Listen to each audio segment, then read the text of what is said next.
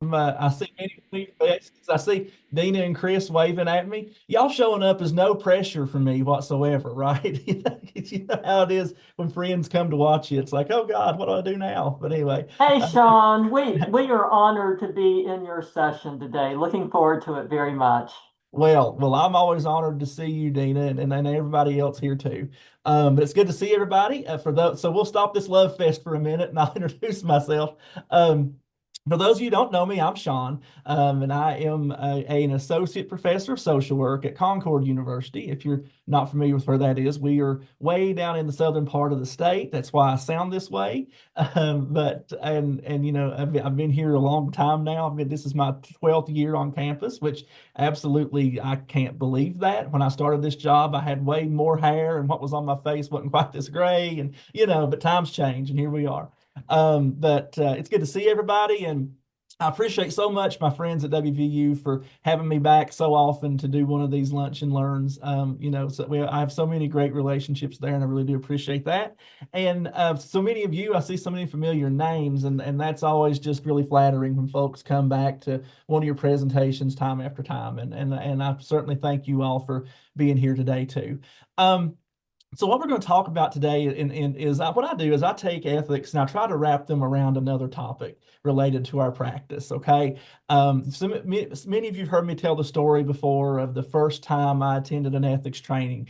It was in person, and there was a gentleman who I'll be completely upfront, probably understood ethics far better than I ever will. That did the training, and it was like a 6 hour training, and he had 3 slides, and each slide had like a sentence on them, and that was it, right? And he sat in front of the room and just talked about ethics all day. And while the knowledge base was wonderful, that delivery was something that I really was like, okay, if I ever do this, I've got to do it a different way because people are going to fall over on me. Um, so what I like to do is take ethics and sort of wrap it around another topic related to what we do, and kind of talk about how those interact and that sort of thing. So what I chose to do this time is talk about advocacy and ethics, and how to do that ethically with special consideration given to the rights of individuals with disabilities, particularly with individuals who live with intellectual and developmental disabilities. And I'll get into why I chose that, and why this has sort of became a different passion for me in the last few years. If you heard me talk before, my background is primarily in aging with a little bit of disability service kind of stuff, but I have very good reasons for why I'm doing this today. So anyway, again, there's who I am, where I am, and then sort of some of my different related experience as related to the topic we're talking about today. But my most important experience in this world is because of my son. I'm like so many people, right? In our personal lives, sort of dictate what we get into and where our professional lives go.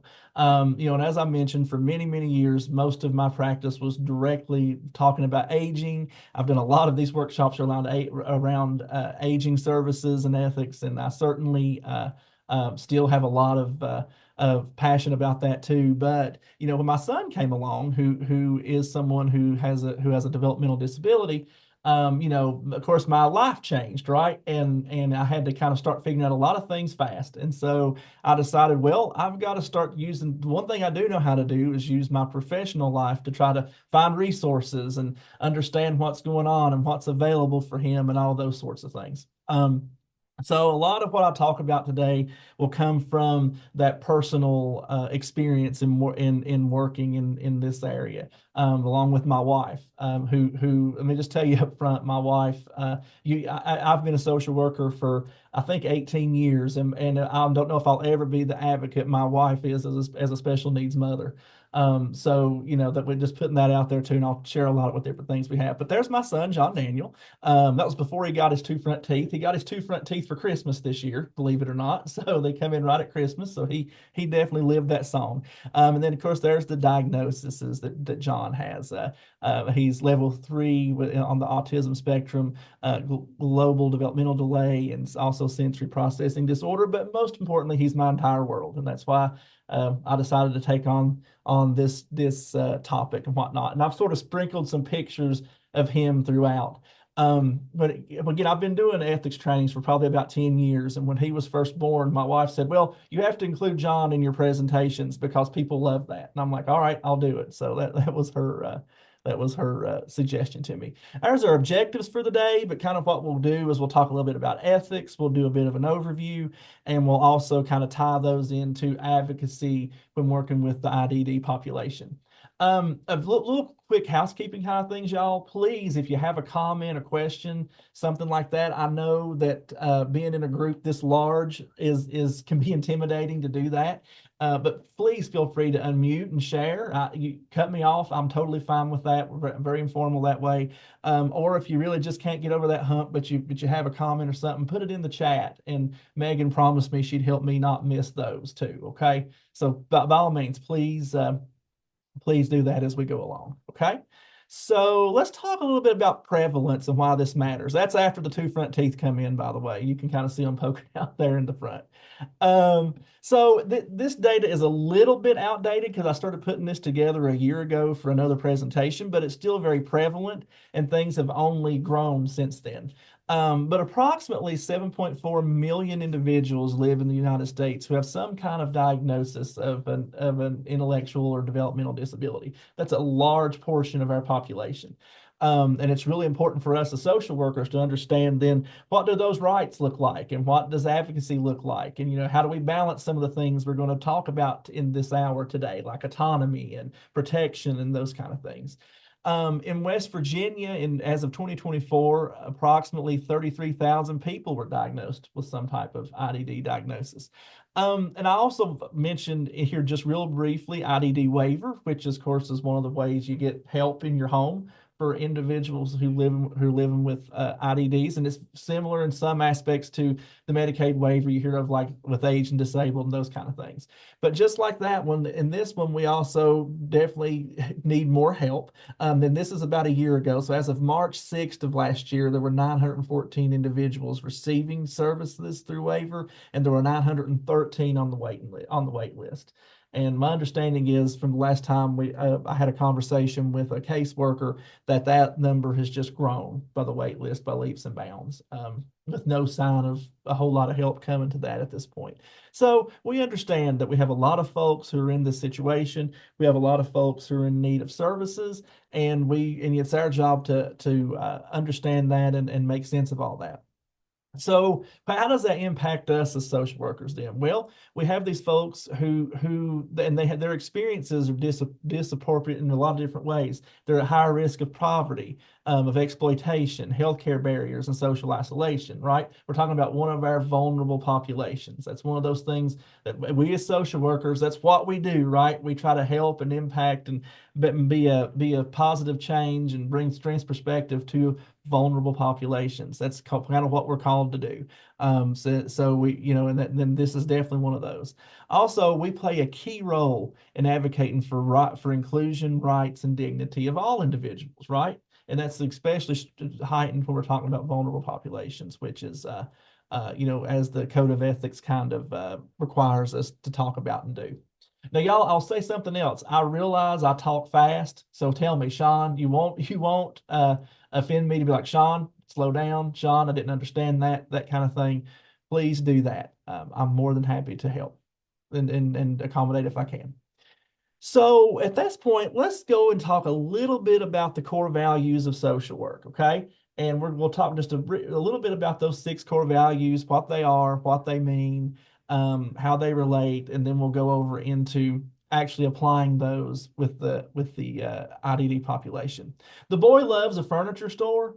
I have no real explanation for it other than his mom also really loves the furniture store. My wife is one of those people. Like literally, I was in a meeting one day and I looked at Facebook on our lunch, and my kitchen table was for sale on Facebook. And I texted my wife and I was like, why is our table for sale? Like, where are we going to eat? And she says, yeah, we're going to buy a new one. So I'm selling this one. So he gets that from his mom, I guess, but he would hang out at the furniture store all day if he could. He just thinks it's the coolest place. But anyway, all right. So let's talk a little bit about our core values and what they are and what they mean. Okay.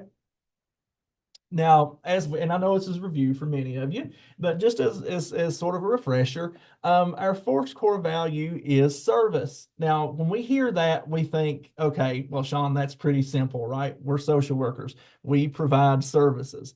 Well, that is what we do, but there's a lot that entails. I mean, we could do a whole hour just on what that means and how we provide services and you know what are the kind of services we provide and all those sorts of things.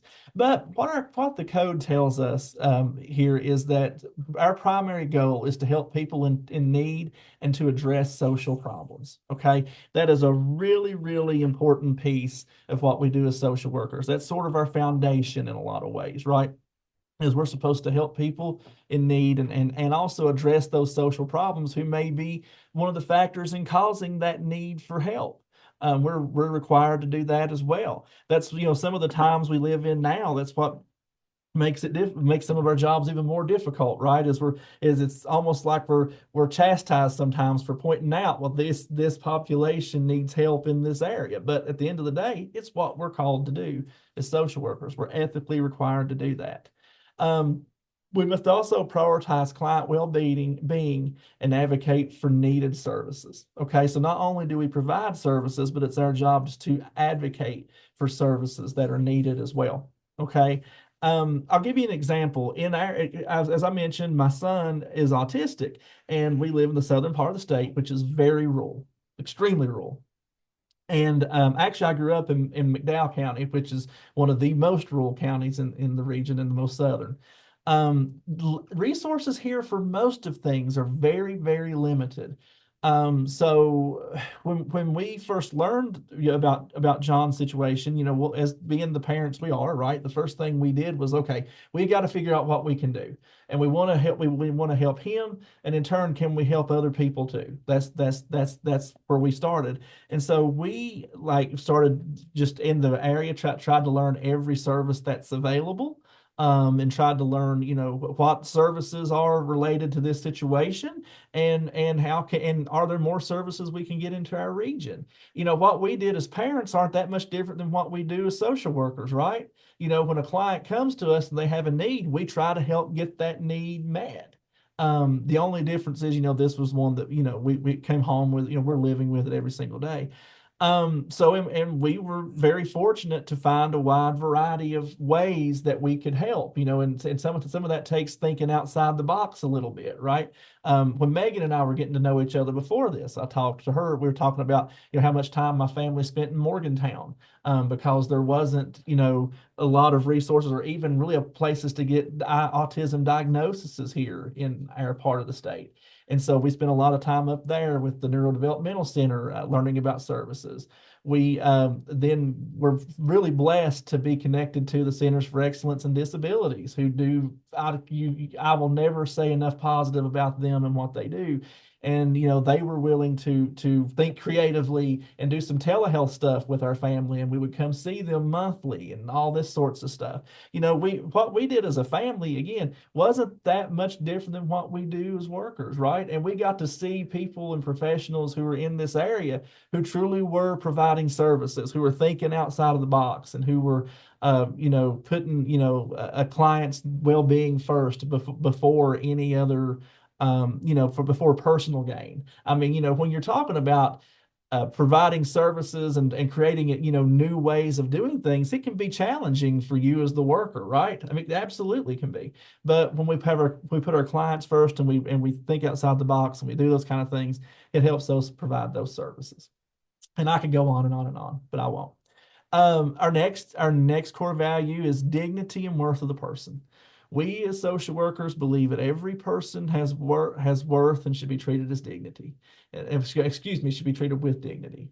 And it doesn't matter, where that person's from, what they've done, where they've been, whatever their background is. When someone's coming to us for help, or they've ended up in our path for help, however that is, we believe in treating everyone with dignity and worth. Now, when I say that, people are like, well, Shawn, of course I believe that. But we have to remember that every single person has biases. Sometimes they're explicit, sometimes they're implicit. And we have to be aware of those before we can really practice, because you just never know who's coming through your door. And one of the classes I'm teaching right now is our introductory course in our master's program. And one of the assignments is students are required to just kind of take inventory of a bunch of different topics, and kind of figure out how they feel, where they stand on those things. And I think that's really important for us as social workers, that we do that in general and understand what, where do we come from with various backgrounds and populations. I've had students years ago. I was our field coordinator, and students used to come to me and say, Shawn, I'm not sure where I'm going to do placement, but I feel like I would have trouble if I was working with X population. And you can just fill in that blank with whatever, you can think of. Now, first of all, if this person I don't want you to think that I'm just trying to let people out in the world that are, full of hate and that kind of thing. Like if it was some kind of issue with, if it'd been some kind of issue with like racism or homophobia or those kind of things, we're gonna have a whole different conversation. That's, we're not gonna do that. But lots of times it would be like, my personal background is this. I was involved in X situation and I'm not sure how I can work in that now. Those kinds of things. And what I would always say to those students is, well, first of all, if you know that there's an area of practice that you might have a challenge with, you probably don't want to run straight out and get your job doing that every day specifically. But no matter what area you work in, we're all intertwined in some ways. When you work with, for example, if you're working with children and adolescents, you're going to end up working with families, right? When I worked in aging for those years, like I knew nothing about children's services, but what are grandparents doing? They're raising grandchildren. So, if I had this bias that I really didn't want to work with younger kids, that didn't matter because I've got to do that because people come in and that's a big part of their life, and we work together on that. So understanding, if there's any of those that those biases exist, and that we understand that regardless, we treat everyone with dignity and worth.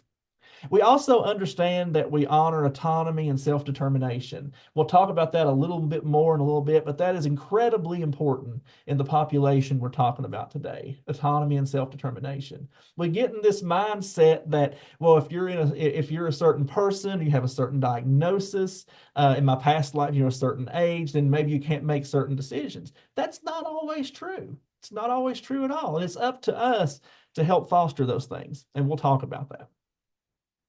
Another really important piece of our core values is the importance of human relationships. We recognize this, and we recognize that that is an essential importance of us as who we are. It's an important for us as helpers, right? It's hard for us to help someone if we don't understand, who are the people that they are close to, who are those other players in their lives. That relationship between us and the client is really important.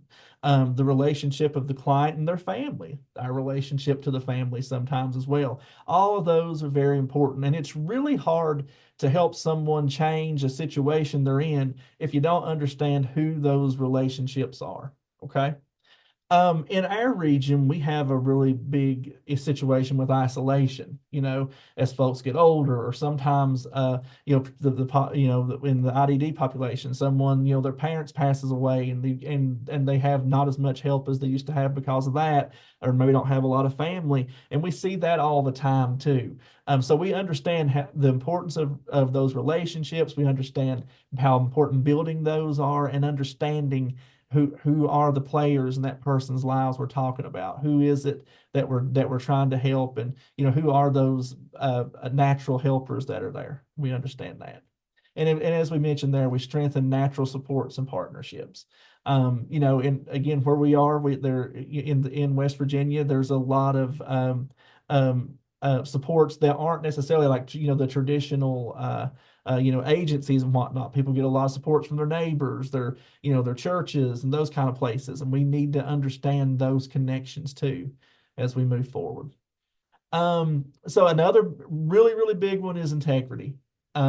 We have to operate with integrity in what we do. Doesn't matter who we're working with, and this goes beyond just working with our clients, working with our colleagues, in our agencies, and and in our areas in general. We have to work with integrity. So what does that mean? Well, we behave in a trustworthy manner. Nothing, in my opinion, harms a relationship more in the helping professions as if we either intentionally or unintentionally lie to one of our clients. If I go to Dina for help and she says, I don't know the answer, but I'll get back to you, and she never gets back to me, that's going to sever a lot right there. I might call Chris and say, "Can you believe that Dina lied to me?" Whether she meant she may have forgot, I mean, but in my mind, she's mad. I'm going to get on Facebook and say, "Dina Morrow's the biggest liar I've ever seen. She didn't do for me." And Chalice is going to like it and say, "Darn right she is." No, I'm kidding. But the point is, that's how it works. And then what happens in our regions, right, is everybody knows everybody. Okay. And when I put out, then everybody knows that Dean is the social worker that helps with this thing. And here I am saying, and it causes a lot of problems. Well, number one, that person still needs help and they didn't get it. And then it's going to cause other people not to get help because they're going to feel like they can't go to that person now for whatever their issue is. And that causes issues too. I grew up in a holler in McDowell County, and holler is the professional way you say it. And so, if a car come up the holler, when it started and it was a strange vehicle, what happened? Well, when it started at the mouth of the holler, if the phone lines lit up, it would have been like Christmas lights going up through there. Who is that person, right? Well, sooner or later, if you're say from DHHR and you started at the mouth of the holler, what did they do? They all called and said, "Hey, the welfare person's on their way." That's what they called you. So they all knew what you did, and then they're all trying to figure out what's going on. What are they doing? Well, yeah. So you have to mind your P's and Q's when you're out when you're practicing and operating with integrity. That's really important. When I was a director of a program before I came here, that was one of my steadfast rule above anything else was, number one, we don't have to know all the answers because there's no way we can. But we tell someone, "I don't have an answer, but I'll help you either get the answer or find out where you can get it, and I'll get back with you." And then the really key piece of that was getting back with you. That's so important, operating with integrity. And of course, there we say that also that our ethical standards and honesty are things that we absolutely have to uphold. Okay. Another big one, competence. We have to be competent in the area that we're working in. Okay. Now, I've been a licensed social worker for, I think, 18 years. I don't know. After a while, it all gets blurry. But even after all those years and doing these things for that long, that does not mean I can walk out of Concord today and go do somebody else's job and know exactly what I'm doing. There's no way, right? Just like when our students go out and start doing things in their jobs, we can't expect them to know how to do every single thing day one. And those things go both ways. No matter how long we've practiced, it doesn't mean we can go do every single thing. And if we're brand new, we can't either. We always have to be willing to learn, to grow, to become competent in what we're doing. So social workers practice within their areas of competence and develop and enhance their professional expertise. I mentioned to you that when John was born and we found out about his situation, yeah, there's people who would be like, "Well, autism, well, you're a social worker, you should know about that." Well, no. I mean, Right. I've never had a kid. I've never worked in that area a single day. I've got a lot to figure out quickly. One thing that helped us was, we're both professionals who realize we need, we got to get out and learn about these things, and had some idea and had connections of places and people you could call and say, "Hey, I don't know about this. What do I do?" And that helped a lot, but absolutely not. We had to become competent in that area. And there's times I wonder, am I competent now? I don't know. It's a continual thing, and it's how we are in all the areas that we practice. And it changes and you grow. Here in my job here at Concord, I may teach something a certain way every single semester, but that don't always mean it's the best way if a new idea or strategy comes along, right? Or there may be something I teach and it seems like it's always effective, but then you have a student who just ain't getting it, and you've got to figure out, okay, where do I go from here? How can I help this person? We're constantly learning and growing. That's why we're required to do things like these, and come and do these workshops and can keep our licenses up to date and all that sort of stuff. Is we want to stay on top of being competent and remaining, knowledgeable in our areas and doing the best we possibly can.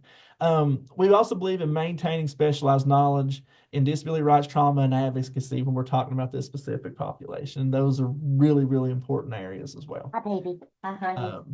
Okay. And then finally, one of maybe, I mean, all these are really important, but I always kind of highlight this one a little bit extra, is social justice. Social justice is so key to what we do as social workers. It's, of all the professions, we're the one that highlights social justice as that, as one of our cornerstones. It is one of the things we stand on and say, one of those pillars that we say, hey, we believe in this, we strive for this, and we're required to do that by our code of ethics. If you read the code of ethics, the very first sentence in the preamble, it doesn't say social justice, but it leads to that as it talks about how it's our job to help individuals who are vulnerable. And that is exactly where we head to when we're talking about social justice. Now, a lot of the time, and I won't put y'all through this today because there's so many of us on here, but a lot of the time I'll ask, like, what is social justice? And we have a little banter about that. But I'll give you the Shawn's little highlights of how that usually goes. I ask, and people will say, well, equality. And equality is definitely a part of it. But what I've noticed in the last couple of years is people are understanding more that it's more than just equality. A lot of times now people will say equity, and that starts getting us a little bit closer to where we're trying to get. So, of course, I have here on the slide that social worker, we challenge social injustice and that we address oppression and systemic barriers. Okay. And those are big pieces of that. And I want to show y'all, if you've been in one of my workshops before, you've seen illustrations like this, but this is a more up-to-date one that I found recently. I want to show you all. So here's where some of that banter goes a lot of the time, right? When we talk about what is social justice and when we talk about equality versus justice versus equity and all those sorts of things. So here is, I really like this. This is a good example to kind of show you what is that social justice thing and what are we striving for. Okay, so we got three people here, and they're trying to see over a fence to see what's going on. It looks like in a soccer game over there in the field. Well, reality is that first box on the top left. Okay, so we see here how resources and ability is distributed very differently. Okay, so in the reality world, we have a person there who's not even on level ground; they're in a hole. Well, you're going to have to get them up to on level ground before you can even start helping them, right? The person in the middle, they have three boxes they're standing on and they can see over that fence beautifully, and they have all more than resources than they could even need to be able to meet the goal there. And then the third person is someone who uses a wheelchair, and they're not able to see over that fence either, even on just being on the level ground there.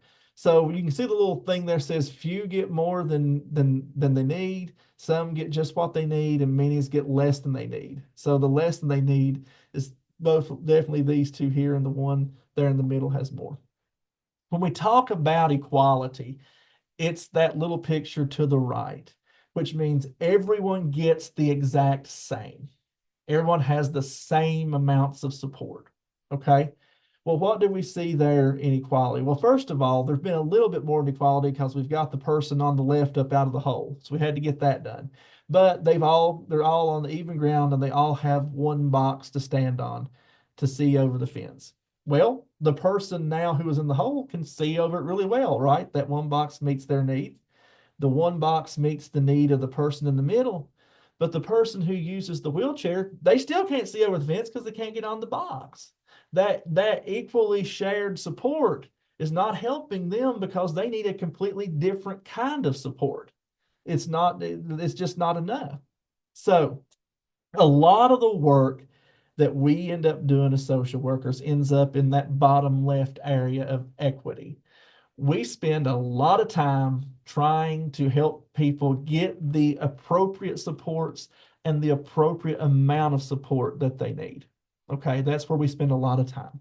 So we see there when we're looking at it, the first person just needed to be up out of the hole. That was a big piece of it. The second person, they needed the one box and they could see. see over and meet the goal. But the third person who used the chair didn't need a box, they needed a ramp. And so somebody had to help them get that ramp. And somebody had to figure out, hey, the supports that are available aren't quite what this person needs. We need something different. Now it's really hard when your budgets are saying we only buy boxes. What do you want us to do, right? It's really that, but we have to think outside of those boxes sometimes to make that happen. So that's equity. Everyone gets the needed support, not just the same amount of support or some support, but they get the support that they need. And that is what we do a lot of social workers. I know you all can probably think of countless situations in your own practice where you're trying to help someone and what's available just isn't enough. Now, justice is where we strive to get, and that's that one on the right. So under justice, we've got that barrier gone. The barrier that was the fence is gone. There's not that systemic issue that's causing the need for the support anymore. And that's what we strive for. So it says there the structural and systemic cause of inequity is addressed. Everyone can come as they are. That's what we strive to do.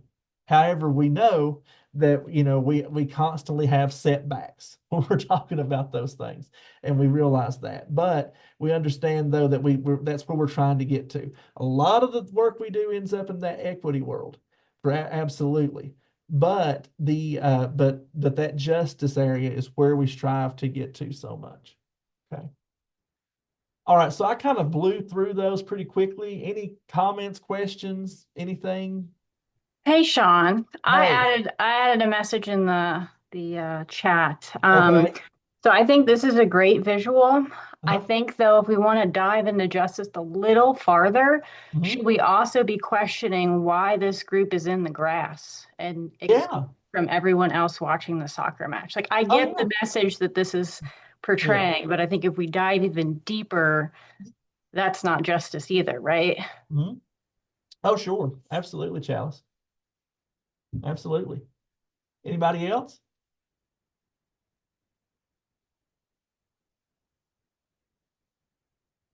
All right, cool. I was just looking down the chat real quick just to make sure I didn't miss anything.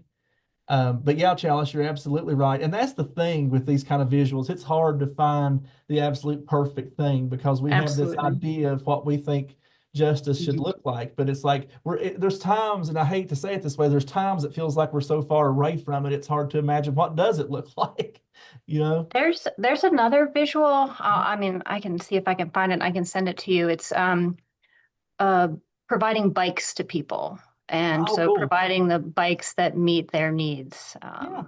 And it's Oh, very similar to this, but I think again it kind of takes away from why are we excluding the people from the soccer match in the first place. But I'll send that to you. well, they probably had to pay to get in, Chalice. I'm thinking that's what it is. And that's I don't know. They're pretty excluded in the grass that definitely needs mowed too. So, yeah, that's that'd be right. hard That's to right. push a wheelchair through as well. Absolutely. Absolutely. Thank you, Chalice. Anybody else? All right. So now let's switch gears a little bit and start talking about then this thing called ethical advocacy and what does that mean and what does that look like and how does that tie into this little bit of foundation that we laid here. Oh, that's at basketball, by the way. He's giving basketball a go. I don't know. Yeah, I'm worried he's maybe not going to be Michael Jordan, but he might. I'm working on it. We'll see what happens. But anyway. So, ethical. So, first of all, when we talk about advocacy, we're talking about rights, right? We're talking about choices and inclusion of individuals. It goes along with what Chalice was just saying, right? Like, why are the people in the grass? Why aren't they being included already? And that's what we advocate for. We advocate for getting to that world of justice and social justice, and what does that look like? Um, so when we're talking about most populations, but especially when we're talking about our IDD friends, ethical advocacy requires looking at the tensions between autonomy, duty to protect, and systemic injustices. Okay, so we understand. So I've got a little bit here on what each of those are. First of all, we know autonomy. What are we talking about? Well, but you can make your own decisions, right? You can kind of come and go as you please, do what you want to do, that kind of thing.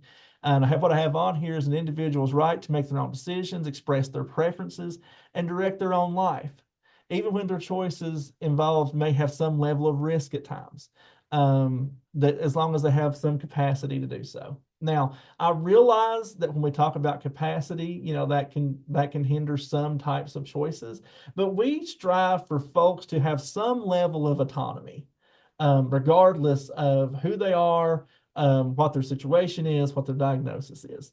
I'll give you an example. First of all, John has what, two things? Well, number one, that's my son. Number one, he's a kid, right? So we can't let him have full autonomy of everything, or he will. There will be lots of Cocoa Melon on the TVs all day long at all times, and he'll eat junk food all day, right? But we also, with at his level of development, there's challenges as well. So we try to give him things and decisions he can make that are still, it's still okay for him to make, because we want him to feel like he has independence and that he has autonomy. So it might be deciding what shirt he wants to wear that day. It might be, those kind of things. We know lots of times, depending on level of diagnosis and all those sorts of things, and what kind of diagnosis, we know that folks may not be able to make some decisions, right? We have respect for that. That's when we get into that duty to protect. But that doesn't mean you're not able to make any decisions for yourself throughout life, and we should respect that as much as we can. It's just even though if someone's not necessarily able to make, all their healthcare decisions, we should try our best to do it with respect to what we know they want and those sorts of things. And it's the same concept when we talk about these when working with folks in the IDD population as well. We do have a duty to protect, right? The ethical obligation of us and other professionals is to intervene when a client may be at harm to themselves or someone else. That goes with us regardless of what population we're talking about, who we're working with, that sort of thing, right? We are mandated reporters, and we do have a duty to protect that goes along with that as well. Then we have systemic injustices, kind of what we were talking about in that last slide, right? The inequities and barriers that are embedded within our society, our institutions, policies, cultural norms, even that may discriminate. All of those play a role together that's where some of these systemic injustices come from, right? I'll never forget, we were talking about cultural norms and discrimination, and some of this, y'all, can come out of well-intentioned, but well-intentioned don't always make things right. I remember years ago, I heard a presentation that someone was given that they were working with someone who used a wheelchair, and that, there was another person with them that was trying to help in whatever the situation was. And when the person talked, they felt like they had to talk really loud to the person in the wheelchair. They kept saying, like, hey, that kind of thing. And so finally the person spoke up and said, I'm sorry, but I have a mobility issue. Doesn't mean I have any trouble hearing.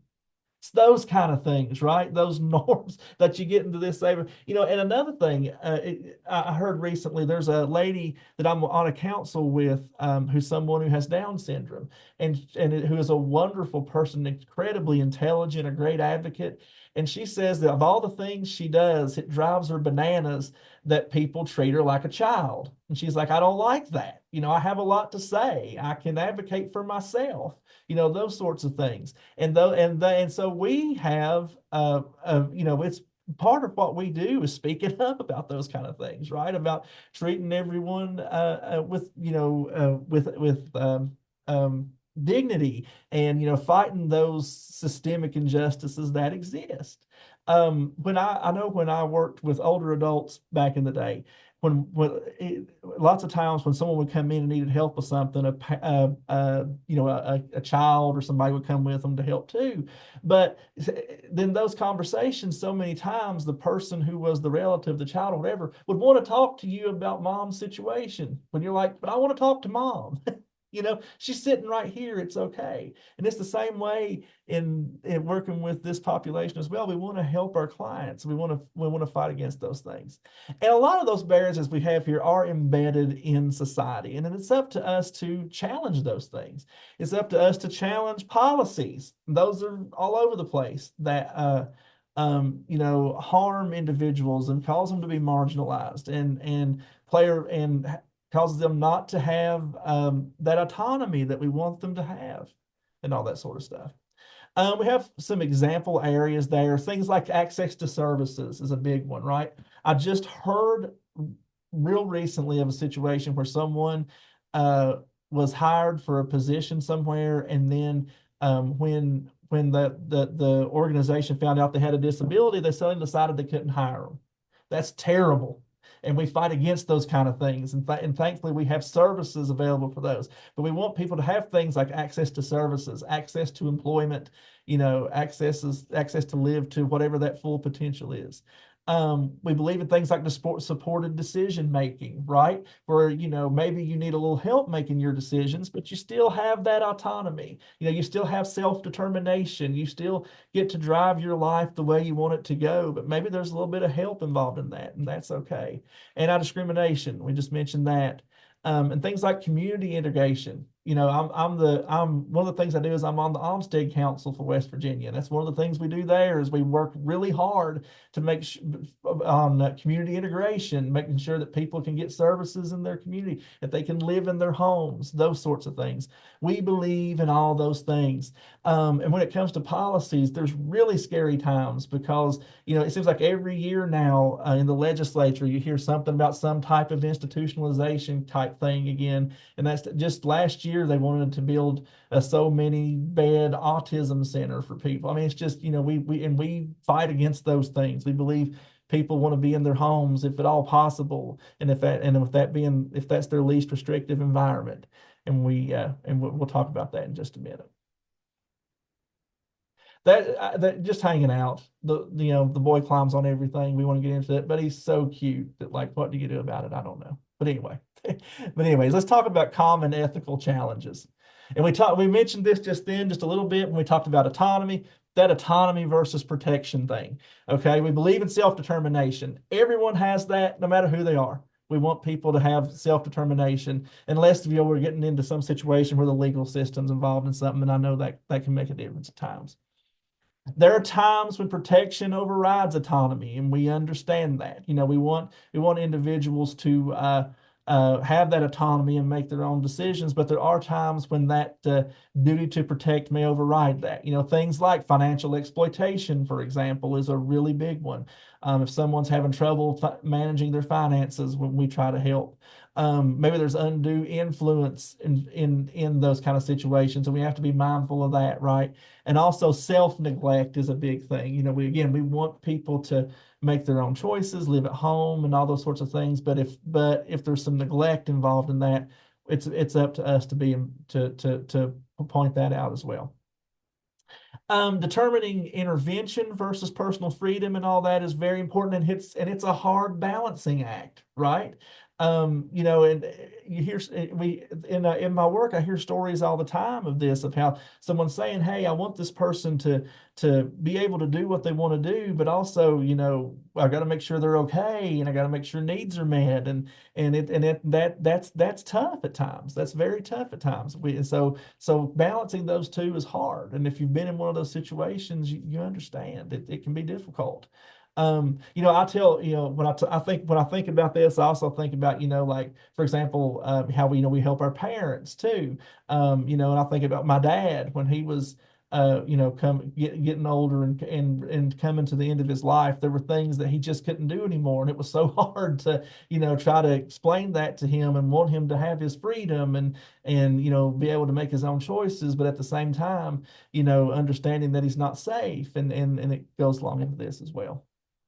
And so we have that balancing rights versus safety thing. And we'll talk about least restrictive environment in a minute. And we mentioned supported decision making a little bit ago. We don't have a official model of that in West Virginia, at least not yet, but I think it will come eventually. I would love to see more of that because I think it's such a important thing we could do in the state to allow people to have autonomy and make their own decisions, but having support in doing that.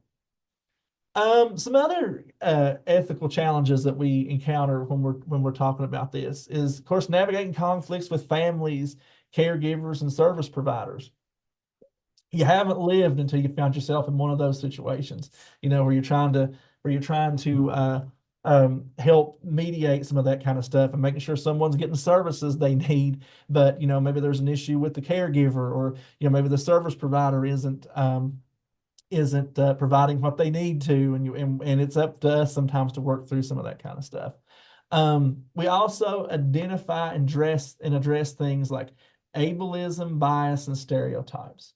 So, if you're not familiar with the term ableism, that's one of those that kind of comes up in the disability community a lot. And that's the idea, right, that you have to be able to do certain things before you can, live a fully, successful life or whatever, that kind of thing. Or you believe, you think you have to try to force these things to, or you have to be able to, do things a certain way or whatever. When we should be given respect to individuals and understanding what that just because you're living with some type of disability doesn't mean you're not able to do lots of things, right?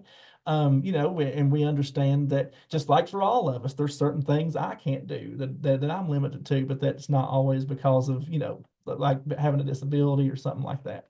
So we have ableism. Of course, we talked about bias a little earlier, and we have to understand that, and we have to understand what that means. That understanding, if you hear that someone, for example, like John is autistic, well, that just means he's autistic, right? Or that just means that person has Down syndrome or whatever it is. It doesn't mean, I mean, every person's different. Their abilities are different. And that's one of the things that I've always tried to drive home to our students is, while like when we talk about these different types of things, yes, we understand that there are certain there's certain aspects that go along with them, but it doesn't mean that everyone is in that exact same situation. Every single person is different, and we believe that. And of course we have stereotypes there as well. And then I had a little bit of a breakdown, and I kind of talked ahead, but then there's a little better explanation of ableism when we're talking about discrimination or prejudice that devalue or marginalize people with disabilities, assuming you're less capable, which is what we said. So we have that. And then, of course, we have the bias thing there. And stereotypes there, those oversimplified generalizations, that type of thing. And we don't want that either. We want to be mindful of those. And again, what do those impact? Well, things like access to services, anti-discrimination, community integration, some of those things we talked about earlier. Okay. Another piece we have in this is mandated reporting and confidentiality. And that goes along with all of us, right? We're all mandated reporters if we're in the helping profession, and we have to balance what that looks like. Legal and ethical duty to report of any kind of abuse, we have that. And sometimes there can be tensions between those, right? Because it can be a balancing act. Yes, if someone is being harmed or is self-neglecting or something like that, it's up to us to do something about that. Now, what that does, though, sometimes too, is causes some tensions with the client as well. And we have to find ways to balance that and work around that and that sort of thing. Because at the end of the day, we have that duty to protect. But we also, there's times too when, we can harm our relationship with our client when we're trying to do that. And we have to worry about that confidentiality thing too. Worrying about when it's being breached as well. So we have to try to manage all that. And that can be really difficult sometimes. But we do know at the end of the day, we definitely have to make sure our folks are okay. So ethical frameworks for decision making. That's our kindergarten graduation. That's what that is. The ethical frameworks for decision making. Well, a couple of the things we want to make sure, and I've mentioned this a few times, that folks are able to live, work, be in society in the least restrictive environment. Okay, we believe in the least restrictive interventions. What that means is we want folks to be, if all possible, in society, living, doing, working, and doing whatever it is that they want to do. That we believe very much so into avoiding unnecessarily into institutionalization or overprotection. Okay, we believe very much that we want people to be in whatever that least restrictive environment is for them. Now, that's not to say that there hasn't been times that some form of institutionalization hasn't been appropriate. I mean, we still have wonderful nursing homes and places that play their role at times. But at the end of the day, we don't believe in just building a facility and saying, hey, all the people in this this group go here now. We don't want that. We came a long way trying to get away from that, and we want to continue that if at all possible.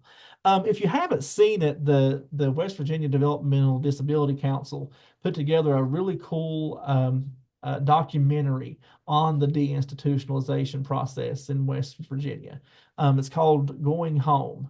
And then I think the subline is something like deinstitutionalization in West Virginia, something like that. It's at all. But I encourage you, it's on YouTube. They just released it on their YouTube, but it's called Going Home, and it's from the DD Council. I encourage you to look that up. It's about a half an hour watch, but it's really good and it's really powerful, and it shows like what institutions and things used to look like in West Virginia versus where we are now after those last institutions were closed. So I highly recommend that you check that out. But and it kind of shows you and really illustrates what that least restrictive environment thing looks like. And of course, we believe there that individuals with disabilities and all people have the right to live and receive services in at home or in those least restrictive environments. I mentioned Olmsted earlier. That was the U.S. Supreme Court case where it was found to be illegal if someone is being unjustly segregated or unjustly institutionalized, and every state has a council for that. And we should prioritize supports that maximize independence, autonomy, and inclusion. We believe really strongly in those things, y'all, and we're ethically required to do that. And so we want to do that. And we want to do that in whatever means that we have that would be the most effective for folks. I've mentioned supported decision making a lot, and we're coming close on time. But at the end of the day, that is one of the things I really believe that we would benefit a lot utilizing more in our state. It's a person-centered approach where individuals are still sort of in charge of making their own decisions, but they have support in doing that. It's not quite as restrictive as like guardianship, conservatorship, and those kind of things, but kind of loosely follow some of that. But it's a really, really cool way for that to happen. And then finally, we believe, again, in person-centered and inclusive practices, and that's what those are. And there's some other things too we have to definitely keep in mind when we're talking about working with this population. One of those things is trauma-informed care, and we should worry about that with everyone, right? We believe in prioritizing safety and empowerment and understanding what those histories are and being able to help in that way.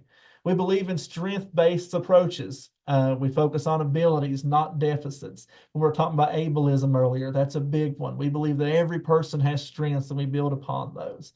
Those of us who are in education do that all the time with our students. Those of you who are working in the agencies do that all the time with your clients. You find there's a strength there. And even when there's times that it seems hard to zone in on it, you get there and we build upon that. Same thing with folks with disabilities.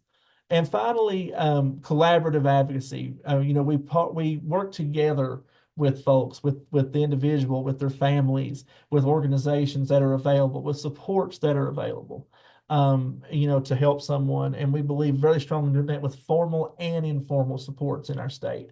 Because, so much of the work that we do, we mentioned that earlier, comes from informal services and that sort of thing. Now, I know I always build in too much. I had a couple of case studies and stuff we could look at if we had time, but we just flat out don't fit with this number of folks. But I know we've got about 5 minutes left. Does anybody have any comments, questions, snide remarks, anything they want to throw out there? I'd be happy to entertain it if I can.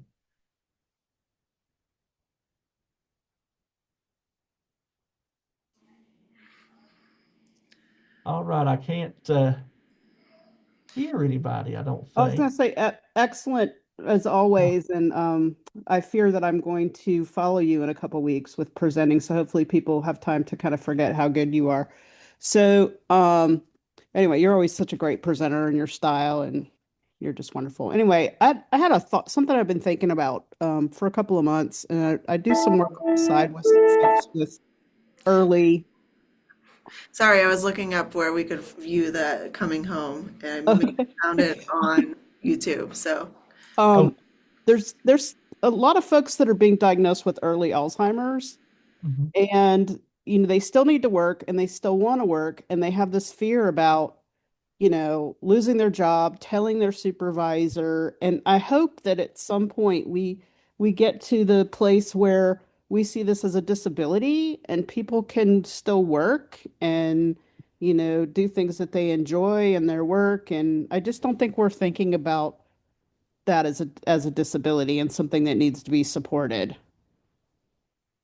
Yeah, I think you're right, Chris, and I think really that's a great example, and I think it also extends to a lot of other areas too. When we think about these things, when I'm giving one of these presentations and I try to gear it toward one certain population, I still keep bouncing back to like, well, that's so true for everybody too. You know what I mean? Like, there's no, Yeah, and I agree with you completely, and it's very sad that that's happened, but it's part of that work that we have to do to try to advocate and try to get people to recognize, hey, this is a population who also who is vulnerable and still deserves a chance to work and live and be in the community and do all those sorts of things for sure. Yeah. yeah. Definitely Hey, commonalities between ages and Oh yeah, yeah. hey, Shawn. Dina here. Hey. Excellent presentation. Thank you so much. I've enjoyed so much you and your family's openness and the education you've brought to so many in terms of how you all together navigate your son's journey. So, from an ethical standpoint, how do you navigate your role of, on one hand, as a trained social worker and your role as a father? How do you balance those? Dana, it's really hard because I'll tell you, I learned so the first introduction I had of that was kind of like when my dad was ill. I thought, because I mean, I'd been a social worker in the aging population for all these years. I'm like, oh, I can handle this, right? But then I realized really quickly I was an absolute mess. So with him, luckily I found some support from other people I knew. But with John's situation, it's very hard because you try to balance and say, hey, we need this, and selfishly you're like, I have to have this for my kid. Like there's no other way. But then as you're doing it, you're like, but wait, there's so many others that can benefit from these things as well. And we've done things, and y'all, many of you know my wife Jamie, who is an absolute rock star, and she has done so much advocacy too in our community, trying to bring services into our part of the state. And what the frustrating part is no matter how much you do that, there's just never enough to meet all the need, it feels like. And so for us, it is a balancing act because we'll be like, okay, we've got these things set up and we've met really good folks along the way who's helped us do, like, now John gets some like telehealth therapy and stuff like that just for autism. But not every family in our area gets that. And it's like we would love to see that happen, but we were able to do that because of that, not just the personal but the professional connections we've made and things too. So it definitely is a balancing act, and it's hard sometimes to, you got to keep that ethical face forward because we're required to do that on and off duty, and it can be hard sometimes to do that because it is such a passionate thing because it's your own family too, right? And then there's a lot of ethical balancing too, in that Jamie and I, for a long time, we decided, like, is it okay for us to share John's story the way we do? And we're like, if we're comfortable with it and he's comfortable with it, we want others to know that these things are going on and it's okay, and that we all need to support each other. So it's still a learning process, really, but yeah. Thank you. All right, thank you. You all are moving us all forward, by the way. Your Well, family. we're I'm sorry, Megan. Oh, you're good. You're fine. You're fine. And Megan Megan, I think, and Chalice found the stuff for the Going Home documentary. It's in the chat. Please, please, please take a look at that. It's a really excellent piece. And thank you all. Yeah, thank you, Shawn. It's always beneficial to go back to our core principles and as social workers and reflect on how they are applicable to, various populations. And I appreciate you sharing your story and, making it real. Yeah. So thank you, and thank you everyone for attending. You will receive the CE emails. Feel free to let me know if you have any questions or comments. And I sent the survey, but it'll also be sent to your email as well. All right. Bye, y'all. Thanks. Thank you.